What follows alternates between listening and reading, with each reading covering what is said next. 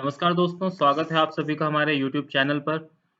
37,000 trees and 172 hectares of forest at stake. 3 जुलाई 2020 को Indian express में एक खबर छपती है। जानते हैं कि वो खबर क्या थी और क्या है ये पूरे का पूरा मामला, ये फंडा पूरा क्या है। उससे पहले मेरी आप लोगों से रिक्वेस्ट है कि मैंने जो लेक्चर बनाया हुआ है EIA पर, एनवायरमेंटल इम्पैक्ट असेसमेंट ड्राफ्ट 2020, एक बार उस लेक्चर को ज़रूर देख लें। इस लेक्चर को देखने से पहले आपको ज़्यादा बेहतर ये लेक्चर समझ में आएगा और दोनों लेक्चर्स में आप दोनों लेक्चर्स में आप कनेक्शन समझ पाएंगे। तो शुरू करते हैं आज का लेक्चर और देखते हैं हमारे पास जानने के लिए क्या है। देखिए, Goa state wildlife board ने एक कंसर्न रेज करा है कि गवर्नमेंट ने जो 3 नए प्रोजेक्ट पास करे हैं, यानी कि स्टेट गवर्नमेंट ने और सेंट्रल गवर्नमेंट ने जो 3 नए प्रोजेक्ट्स पास करे हैं, वो प्रोजेक्ट्स कहाँ से निकलने हैं? वो east of Goa, Western Ghats के साथ से निकलने हैं वो प्रोजेक्ट्स। ठीक है जी, Western Ghats, east of Goa. ठीक है, 3 मेजर प्रोजेक्ट्स जो है वो पास हुए हैं, जिसकी वजह से तकरीबन 171 हेक्टेयर्स ऑफ फॉरेस्ट को कट करना पड़ेगा, जिसमें कुल मिलाकर के 37,000 पेड़ और बहुत सी एंडेमिक स्पीशीज का नुकसान होने वाला है। और इसमें Goa state wildlife board ने ये कंसर्न रेज करा है कि इसमें EIA को ध्यान में नहीं रखा गया है, उसके मेजर्स को कंसीडर नहीं करा है, यानी कि एनवायरमेंट इम्पैक्ट असेसमेंट नहीं करा गया है इन प्रोजेक्ट्स का। तो यहाँ से क्वेश्चन रेज ये हो सकता है कि can we justify the economic growth over environmental degradation. ठीक है, यहाँ से क्वेश्चन बन सकता है UPSC मेंस के पॉइंट ऑफ व्यू से कि can we justify economic growth over environmental degradation. ठीक है, आप इसका आंसर लिख सकते हैं। बाकी इसमें से क्या छोटे छोटे क्वेश्चंस होंगे जो आपके यूपीएससी के लिए इंपॉर्टेंट हो सकते हैं। और देखिए, ये टॉपिक है आपका एनवायरमेंट एंड इकोलॉजी का, ये टॉपिक आपका रिलेटेड है एनवायरमेंट एंड इकोलॉजी से। तो ध्यान से समझते हैं कि इसमें पूरा ये मैटर क्या है और इसमें हमारे लिए यानी यूपीएससी एस्पिरेंट्स के लिए जानने के लिए क्या कुछ है। और एक चीज मैं यहाँ पर क्लियर कर देता हूँ, because all these issues which we discuss in are current affairs are sensitive issues. So एक चीज क्लियर करनी बहुत जरूरी है कि मैं जो भी इंफॉर्मेशन दे रहा हूँ वो बायस्ड नहीं है, मेरा कोई पॉलिटिकल बायस नहीं है। ये वीडियोस किसी प्रोपेगेंडा के लिए नहीं बनाए जा रहे हैं, ये सिर्फ एजुकेशनल पर्पस के लिए हैं। जो भी इंफॉर्मेशन पब्लिक डोमेन में अवेलेबल है, न्यूज़पेपर्स में अवेलेबल है, वही मैंने उठाई हुई है। मैंने अपनी तरफ से कोई इसमें इंफॉर्मेशन नहीं डाली है, कोई मेरा एजेंडा इसका नहीं है। ये वीडियो सिर्फ और सिर्फ एजुकेशनल है। ठीक है जी, चलिए तो आगे समझते हैं क्या है। देखिए, ये गोवा दिखाया हुआ है यहाँ पर, ये मुंबई, नीचे गोवा, ठीक है, केरला, और ये पूरा का पूरा वेस्टर्न घाट्स है। तो ईस्ट ऑफ गोवा से जो वेस्टर्न घाट्स निकलते हैं, वहां पर 171 हेक्टेयर का फॉरेस्ट का नुकसान है, जिसमें कुल मिलाकर के 37,000 पेड़ों का नुकसान होगा। 37,000 पेड़ काटे जाएंगे। तो इसमें देखते हैं कि जब हम इतना नुकसान एनवायरनमेंट का कर रहे हैं तो एक्चुअली में हमारा इंफ्रा कितना डेवलप हो रहा है। देखिए, सबसे पहला प्रोजेक्ट क्या है कि 1900 में जो हॉस्पेट टाउन और वास्को पोर्ट के बीच में जो रेलवे ट्रैक बिछाया गया था, उसको डबल करा जा रहा है। उस रेलवे ट्रैक को डबलिंग हो रही है उस रेलवे ट्रैक की, यानी कि पहले सिर्फ एक ट्रैक आता था, ठीक है, उसी से ही आना पड़ता था, उसी से ही जाना पड़ता था। अब वो ट्रैक डबल हो जाएगा तो साइमल्टेनियसली काम चलेगा, ट्रेन आ भी सकती है, जा भी सकती है। काम बहुत अच्छा है। देखिए, इकोनॉमिक डेवलपमेंट इससे डेफिनेटली होगी। यहाँ पर देखिए, समझना ये है कि हमें दोनों पॉइंट को ना उतने ही ओपननेस के साथ कंसीडर करना है, ताकि हम अपना आंसर बेटर तरीके से लिख सकें। आपको बायस नहीं हो जाना है, आपको ना प्रिजुडिस को छोड़ देना है। यहाँ पर आपको दोनों ही पक्षों को कंसीडर करना है और आपने समझना है कि एक्चुअली में क्या हो रहा है। ठीक है, दूसरा क्या है? दूसरा जो नेशनल हाईवे नंबर 4 है, उसको 4 लेन कर दिया जाएगा। सेकंड प्रोजेक्ट वो है, 12 किलोमीटर का कुल स्ट्रेच है और कहाँ से कहाँ तक है? वो अनमोद से मोलम के बीच में है। ये सारे के सारे एरियाज गोवा में है, मैं आपको बता देता हूँ, और वेस्टर्न घाट से निकलते हैं सारे एरियाज। ठीक है जी। तीसरा प्रोजेक्ट क्या है? एक पावर ट्रांसमिशन लाइन बिछाई जाएगी 10 किलोमीटर लंबी, जो कहाँ तक जाएगी? संगोद इन गोवा से कर्नाटक बॉर्डर तक जाएगी। ठीक है, और वो 11.54 हेक्टेयर्स ऑफ फॉरेस्ट को क्लियर करना पड़ेगा, उसके लिए प्रोटेक्टेड एरिया को क्लियर करना पड़ेगा, उतने एरिया के बीच में से निकलेगी। लेकिन फिर वही बात है, ये गोवा के एनर्जी कंजम्पशन जो है, ठीक है, उनको मीट करेगी। तो आगे देखते हैं कि अब इन प्रोजेक्ट्स को इंडिविजुअली स्टडी करते हैं कि इन प्रोजेक्ट्स के अंदर क्या क्या प्रोज हैं और क्या कॉन्स हैं। देखिए प्रोजेक्ट क्या है, 25 किलोमीटर लंबा ट्रैक है, 25 kilometre cutting through forest and land between castle rock and coulomb. इस ट्रैक को डबल करा जाएगा, किस किस के बीच में, ये दो टाउन्स के नाम आप याद रखिएगा, हॉस्पेट एंड वास्को पोर्ट, इनको आप दिमाग में रखिएगा बहुत अच्छे से, ठीक है। इसके बीच में है, ये हॉस्पेट जो है वो इंडस्ट्रियल हब है, इसके बीच में जो ट्रैक है उसको डबल करा जाएगा। बेनिफिट क्या होगा, गवर्नमेंट ये कहती है कि टेम्परेरी एम्प्लॉयमेंट जनरेट होगा, 1,46,000 लोगों को टेम्परेरी रोजगार मिलेगा। बहुत बड़ा एक इनिशिएटिव है। देखिए यहाँ पर जो है वो वेलफेयर भी है, सोशल वेलफेयर भी हो रहा है, ठीक। Double tracking will help transport of ore and coal and improve tourism potential for Hospet and Goa. देखिए गोवा और हॉस्पेट के बीच में जैसे भी टूरिज्म बढ़ेगा, वैसे ही फिर से क्या होगा, हॉस्पेट जो आपका कर्नाटक में आता है और गोवा, ठीक है, इनके बीच में जब टूरिज्म, इनके बीच में जब टूरिज्म बढ़ेगा तो क्या होगा, फिर से नए रोजगार के अवसर खुलेंगे, नई इंडस्ट्रीज आएंगी, नए लोग आएंगे काम के लिए, ठीक है।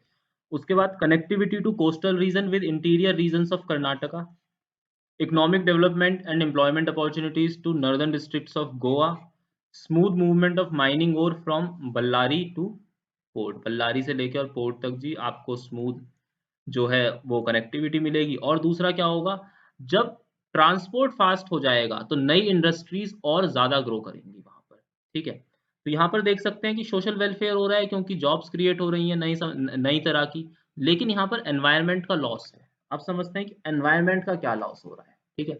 मिटिगेशन मीजर्स, यानी कि ये जो एडवर्सिटी है, ये जो घटनाएं होने वाली हैं, इनको कम करने के लिए क्या उपाय लिए गए हैं, क्या उपाय सुझाए गए हैं। तो इन्होंने क्या करा है कि 8 underpasses for animal passage gate in tunnel that can be open through a mechanical or electronically controlled switch, क्या करा गया है जी, अंडरपास बनाए गए हैं, ठीक है।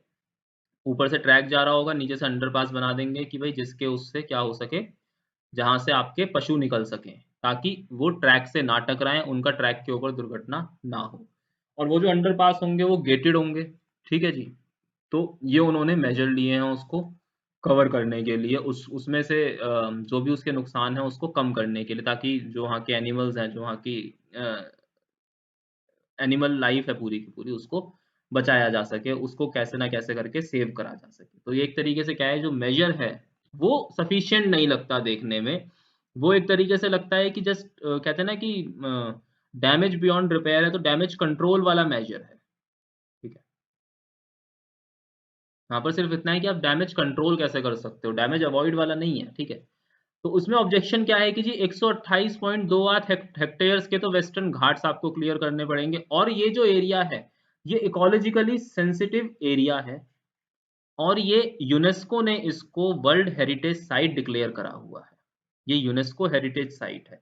इसको दिमाग में रखिएगा, ये जो एरिया है वेस्टर्न घाट्स का, जो हॉस्पेट से, कहाँ से हॉस्पेट कहाँ पर है आपका, कर्नाटक में, और वास्को पोर्ट के बीच का जो एरिया है ये वेस्टर्न घाट्स का, ये एक इकोलॉजिकली सेंसिटिव एरिया है, ये एक यूनेस्को हेरिटेज साइट है, इसको दिमाग में रखिएगा, ये इंपॉर्टेंट है चीज जाननी। उसके लिए क्या है, no mention of tiger corridor, यहाँ पर टाइगर्स हैं, टाइगर लाइफ है, कोई टाइगर कॉरिडोर का मेंशन नहीं करा है। Local extinction of species endemic to western Ghats, जो लोकल एक्सटिंक्शन होगा स्पीशीज का जो कि एंडेमिक है वेस्टर्न घाट्स में, जो वेस्टर्न घाट्स में प्रोमिनेंट है, उनका कोई जिक्र नहीं है कि उनके बचाव के लिए, उनके रखरखाव के लिए क्या कदम उठाए जा रहे हैं। तो देखिए क्या है यहाँ पर, इकोनॉमिक डेवलपमेंट है, इंफ्रा डेवलपमेंट है, सोशल डेवलपमेंट हो रही है, लेकिन एनवायरमेंट लॉस है क्योंकि एनवायरमेंट को प्रोटेक्ट करने के लिए इनफ मेजर्स नहीं लिए गए हैं। अगला समझते हैं, नेक्स्ट है 4 लेन NH4। चलिए ये जो 12 किलोमीटर का स्ट्रेच है ये अनमोद कर्नाटक में आपका आता है, ठीक है, और ये मोलम गोवा में, ठीक है। ये जो भगवान Mahavir sanctuary, Mahavir wildlife sanctuary है, ये भी गोवा में ही है, और मोलम नेशनल पार्क भी गोवा में ही है। तो ये वो 12 किलोमीटर का जो स्ट्रेच है वो गोवा और नॉर्थ कर्नाटक को कनेक्ट करेगा, requires 32.085 hectares of forest land, इतना फॉरेस्ट लैंड क्लियर होगा। एनवायरमेंट लॉस होगा करीबन 3659.807 लाख रुपए का, यानी कि 3659.807 लाख रुपीस का एनवायरमेंट लॉस होगा इसमें। और उसके साथ जो सबसे बड़ा लॉस है वो क्या है, 32.085 हेक्टेयर का जो फॉरेस्ट लैंड है उसका नुकसान है। एरियाज ध्यान रखिएगा, भगवान Mahavir wildlife century and Mollem national park. कई बार मैच द फॉलोइंग आते हैं यूपीएससी में, तो वहां पर दे सकता है, एक साइड दे दिया भगवान महावीर वाइल्ड लाइफ सेंचुरी और उसके बाद दे दिया मोलम नेशनल पार्क, और यहाँ पे दे रहा होगा वो एरियाज। इसी तरीके से यूपीएससी में क्वेश्चन बनता है, ठीक है। यहाँ पर 3-4 सेंचुरीज दे देगा और यहाँ पर वो एरियाज दे देगा, पूछ लेगा कौन सी कहाँ पर है। तो इसको बहुत दिमाग में उठा लीजिएगा, बहुत अच्छे से बिल्कुल बिठा देना, ठीक है। ये क्या है, linkage between NH4 and NH17 connecting Panaji to Belagavi. Belagavi again आपका कर्नाटक में है, बेलागावी आपका कर्नाटक में है। ये जो भी मैं बोल रहा हूँ इनको नोट कर लीजिएगा, ठीक है। बेलागावी आपका कर्नाटक में। Estimated saving a fuel of worth rupees 272.9 crore per year. इनका कहना ये है कि अगर आप इस हाईवे को 4 लेन कर देते तो ऑब्वियसली कंजेशन कम हो जाएगा, तो इतने रुपए का, इतने करोड़ रुपए का सालाना फ्यूल बचेगा। उसके बाद कहते हैं कि project will create 3 lakh temporary jobs. देखिए जी, 3 लाख टेम्परेरी जॉब्स भी क्रिएट होंगी भैया, ये तो बहुत ही बड़ा जो है काम हो रहा है। इंफ्रा डेवलप भी हो रहा है, सोशल वेलफेयर भी आ रहा है, ठीक है, एम्प्लॉयमेंट भी आ रहा है, कितना कुछ आ रहा है, तो पेड़ काट देने चाहिए। And lead to establishment of small, medium and large scale industries due to better transport facilities and regional economic development। देखिए जी क्या होगा जी, नई नई इंडस्ट्रीज भी आएंगी फिर, ठीक है। अब उन इंडस्ट्रीज को लगाने के लिए भी तो कहीं ना कहीं क्या होगा, फॉरेस्ट ही तो क्लियर करा जाएगा, और तो क्या ही क्लियर करा जाना है, ठीक है। खैर छोड़िए, हम जो है वो बायस्ड नहीं है, हम पूरे तरीके से डिस्कस करेंगे सारी चीजों को, ठीक है। तो क्या हो रहा है, बेटर ट्रांसपोर्ट फैसिलिटीज मिलेंगी, इसलिए बिजनेस भी प्रॉस्पर होगा, बिजनेस भी फ्लरिश करेगा। और आपको देखिए सबसे बड़ी चीज जो आपको बचत हो रही है वो आपको 272.9 करोड़ रुपए सालाना आपको पेट्रोल की, फ्यूल की, ईंधन की बचत हो रही है, ठीक है। इसके ये बेनिफिट्स हैं। इन्होंने मिटिगेशन लेवल क्या लिए हुए, construction of rubble wall across contour lines to avoid soil erosion, soil erosion को कम करने के लिए मेजर्स लिए हैं। वाइल्ड लाइफ क्रॉसिंग के लिए अंडर पासिस बनाए हुए हैं, और dimensions as per size of animals होंगे अंडर पासिस की। उसके बाद एनिमल्स को प्रायोरिटी बेसिस पर रखा जाएगा कि अगर गलती से आपकी गाड़ी भी आ रही है सड़क पे और सामने से हाथी आ रहा है तो पहले हाथी को निकलने का मौका दिया जाएगा, ठीक है। इसका मतलब ये है। सिग्नेज, सिग्नेज मतलब यानी कि सिग्नल्स बनाए जाएंगे to allow wild animals on priority, boards at entry points to caution vehicles, ठीक है जी। ऑब्जेक्शन क्या है, ऑब्जेक्शन पढ़ने बहुत जरूरी है। विल फ्रेगमेंट, ये जो मेजर्स है ना, जिन्होंने मिटिगेशन मेजर्स लिए हुए हैं वो बहुत ज्यादा कन्विंसिंग नहीं लगते हैं। यही हमने प्रीवियस वाले प्रोजेक्ट में देखा और यही इस प्रोजेक्ट में दे रखे, देखते हैं कि ये मिटिगेशन मेजर्स जो है ये कन्विंसिंग नजर नहीं आ रहे हैं। Will fragment wild life refuge, felling of over 12,000 species of trees. हे भगवान, 12,000 किस्म की पेड़ों की प्रजातियां खत्म हो जाएंगी। And erode plant diversity, will promote weeds and exotic species that outcompete native plants and alter animal use, will shift animal corridors due to noise pollution। देखिए नॉइज पोल्यूशन होगा तो ऑब्वियसली नॉइज पोल्यूशन और traffic की वजह से animals तो disturb होंगे ही होंगे, इसमें कोई वो नहीं है, दोहराए नहीं है। Change geography due to landslide and soil erosion, इसमें ऐसा भी कहा गया कि ये जो फॉरेस्ट एरिया है ये एक्सेस वाटर को एब्जॉर्ब कर लेता है, एक्सेस वाटर को अपने अंदर समा लेता है और फ्लड्स वगैरह को भी रोकता है। तो अब वैसा भी नहीं हो पाएगा तो क्या होगा, लैंडस्लाइड्स और सॉइल इरोजन जैसी समस्याएं भी बढ़ जाएंगी। Last but not the least, तो अगला क्या है जी, 10 किलोमीटर की पावर ट्रांसमिशन लाइन बिछाई जाएगी संगोद गोवा से और कर्नाटक बॉर्डर के बीच में।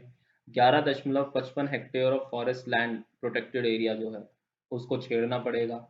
बेनिफिट्स क्या होंगे, 400 किलोवाट का जो feed from Karnataka to meet Goa's peak electricity demand of, Goa की जो कुल इलेक्ट्रिसिटी डिमांड होगी 2022 तक वो 1192 मेगावाट होगी, तो उसको मीट करने के लिए ये जो ट्रांसमिशन लाइन है वो 400 केवी प्रोवाइड करेगी। 400 केवी बिजली जो है वो कर्नाटक से गोवा आएगी, Goa Tamnar transmission project limited के हिसाब से ये डेटा आपको मिलता है।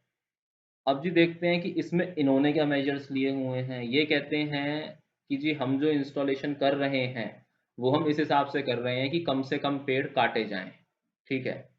कंस्ट्रक्शन एंड इंस्टॉलेशन इसी हिसाब से हो रहा है कि वो कम से कम पेड़ कटें और वाइल्ड लाइफ को कम से कम नुकसान पहुंचे। Again, not any convincing measures, not very convincing measures, ठीक है। फिर से वही एक समस्या। तो देखिए, एक आप काम कीजिएगा, आप एक क्वेश्चन लिख सकते हैं जो आपके सस्टेनेबल डेवलपमेंट गोल्स होते हैं, ठीक है। मेरे को बताइएगा कितने होते हैं कुल, कमेंट करके।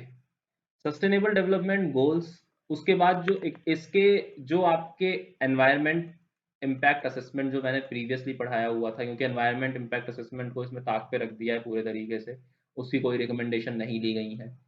और उसके बाद जो इसमें आपको इकोनॉमिक बेनिफिट्स हो रहे हैं, उन सबको कंबाइन करके इसके ऊपर एक अच्छा सा एक आर्टिकल लिख के देखिएगा। अगर आप लिख सके तो 1250 वर्ड्स में, ठीक है।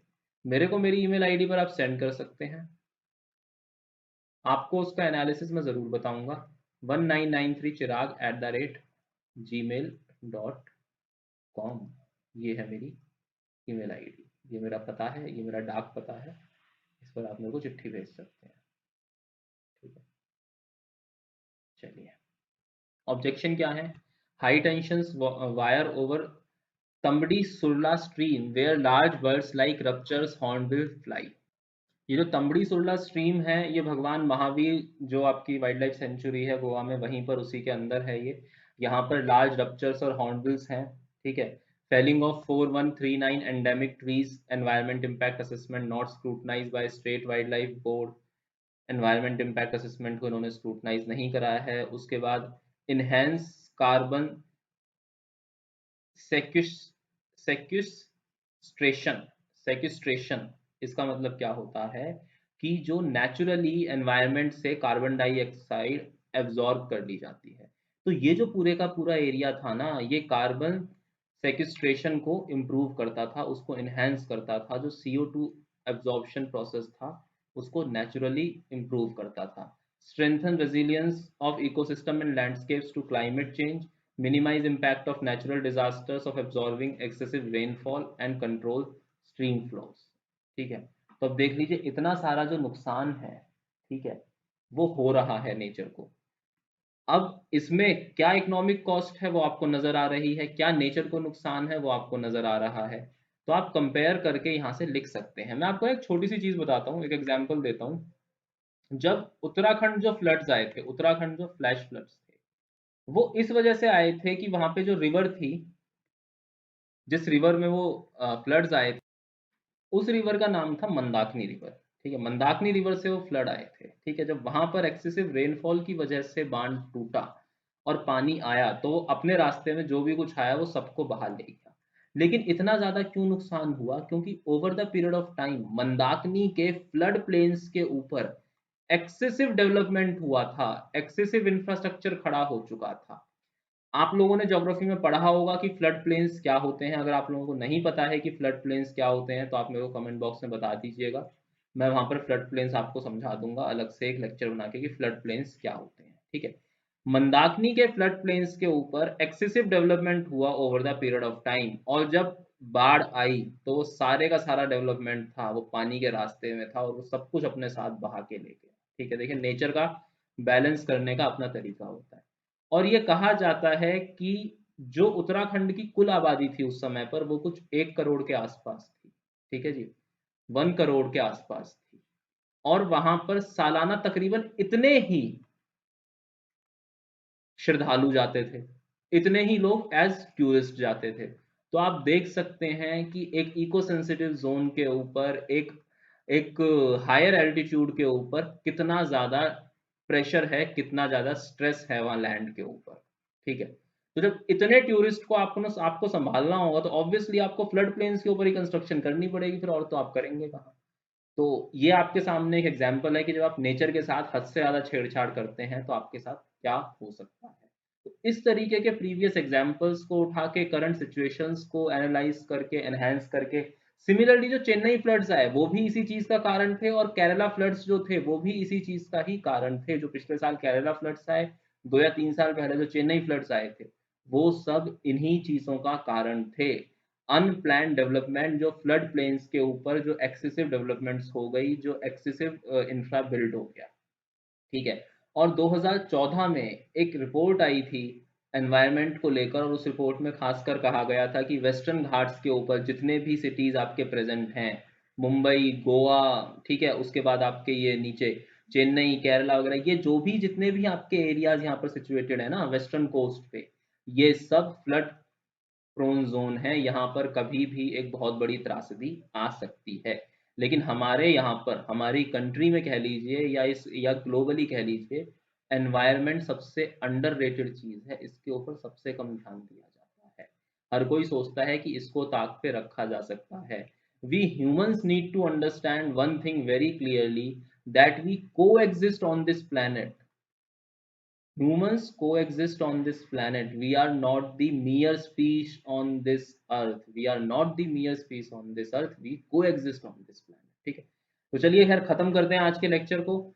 Thank you for watching this lecture. जो भी क्वेरीज हैं वो इस ईमेल आईडी पर पूछ लीजिएगा, इस व्हाट्सएप नंबर पर पूछिएगा, या फिर मेरी पर्सनल ईमेल आईडी तो मैंने आपको दे ही दी है, उस पर पूछ सकते हैं 1993chirag@gmail.com। कमेंट सेक्शन में बताइए कि हमारे एफर्ट्स आपको कैसे लग रहे हैं और किस टॉपिक पर आप हमसे वीडियो चाहते हैं या हमारे लिए कोई सजेशन हो, most welcome. Please like, share and subscribe. Thanks for watching this lecture. Bye bye, take care.